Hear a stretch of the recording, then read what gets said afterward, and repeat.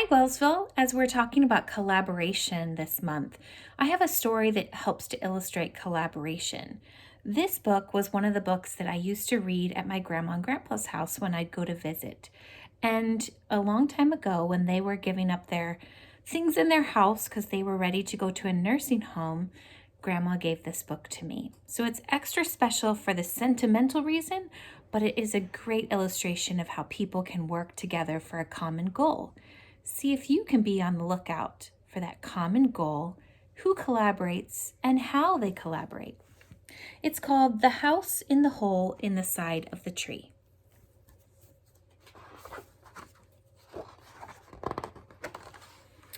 Well, what do you want? Squire Squirrel growled. He looked so angry that the Chipmunk twins almost ran away. Do you have a hammer we could borrow? They answered, almost whispering.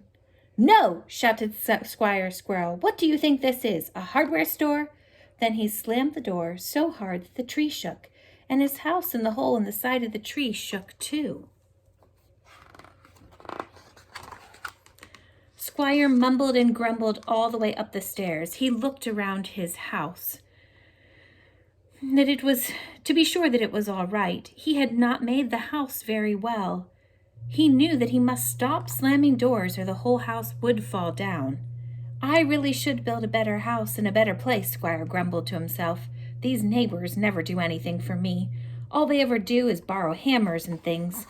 Of course, Squire Squirrel never thought to ask himself what he did for his neighbors.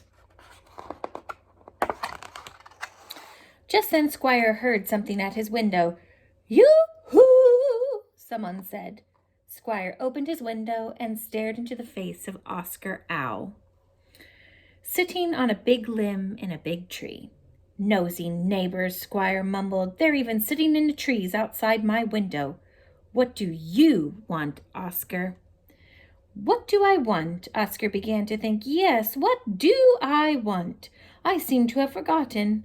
I know that I was to remember not to forget something, but now I've forgotten what I was supposed to remember not to forget.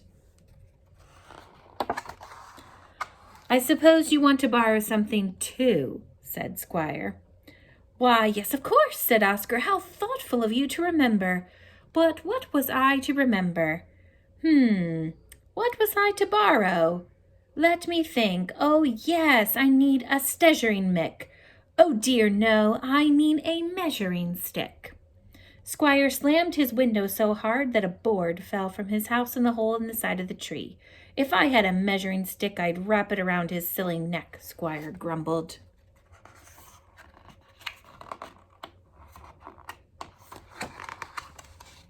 Squire flopped down in a big chair. It was very quiet now in the house. He thought for a moment that it would be nice to have some friends. But just as he started to think that, he heard a noise outside. Bang! Bang! Crash! Bang! Squire ran to the window and opened it wide. He could not see anything special, but he could hear that noise. Then Squire shouted as loud as he could, Will you be quiet? Of course, Squire didn't know what was making that noise, or that he was making more noise than the noise was making. Squire had just slammed the window shut when he heard someone knocking on the door downstairs. When he opened it, there were his next tree neighbors, smiling and looking like very happy squirrels. Do you have a saw that we could they started to say, but Squire slammed the door without bothering to answer. That night, Squire lay in his bed for a long time, looking up at the big moon over his next tree neighbor's tree. He felt very lonely, and he felt very sad. Squire knew that he really wanted some friends, but he knew that he would never have friends by slamming doors and windows and shouting when they tried to be friendly. With these thoughts running through his mind, Squire fell asleep. While he slept, Squire dreamed that a hammer and a saw were chasing him. He ran to each neighbor's house to ask for help, but each time he tried to talk, someone slammed a door or a window. At last the hammer and saw chased him all the way home. As he locked himself in his house, Squire felt more lonely and sad than he had ever felt. Then he sat down and cried, but there was no friend to help him feel better. The next morning, Squire woke up suddenly. Someone was knocking on his door. He ran down the steps and opened the door. Squire almost expected to see the big hammer and saw standing there, ready to chase him again. But instead, he saw all of his neighbors laughing and looking very happy. Squire started to say, "Well, what do you want?" But he didn't. Then he started to slam the door. But he didn't. He kept thinking about his dream, and he knew now how it felt to have someone slam a door when you came to see him. Squire was happy that a hammer and saw were not chasing him. He was very happy that his neighbors were not slamming doors, and he was very, very happy that they had come to see him. "Will you come in?" Squire asked. "Will you have breakfast with me?" "Later," they all shouted cheerfully. "Come with us. We have a surprise for you." Then Squire's neighbors took him to a big tree not far away. In the side of the big tree there was a big hole, and in the big hole was a beautiful new house. "It's your new house," they all shouted.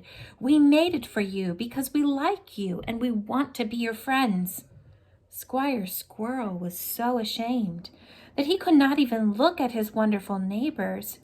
While he had been shouting at them and slamming doors and windows, they had been making a house for him. "I'm sorry that I've been so grumpy," he said. "I'll never slam a door or window again when you come to see me." "Dear me," said Oscar the Owl, "I seem to have forgotten to remember that you slammed doors and windows." The Chipmunk twins began to laugh. Then the next tree neighbors, who weren't next tree neighbors anymore, began to laugh too. Even Squire Squirrel began to laugh. Then all the friends went inside to look at Squire's new house in the hole in the side of the tree. Did you get any ideas about how to be a collaborator and how to help collaboration go smoothly? I hope so.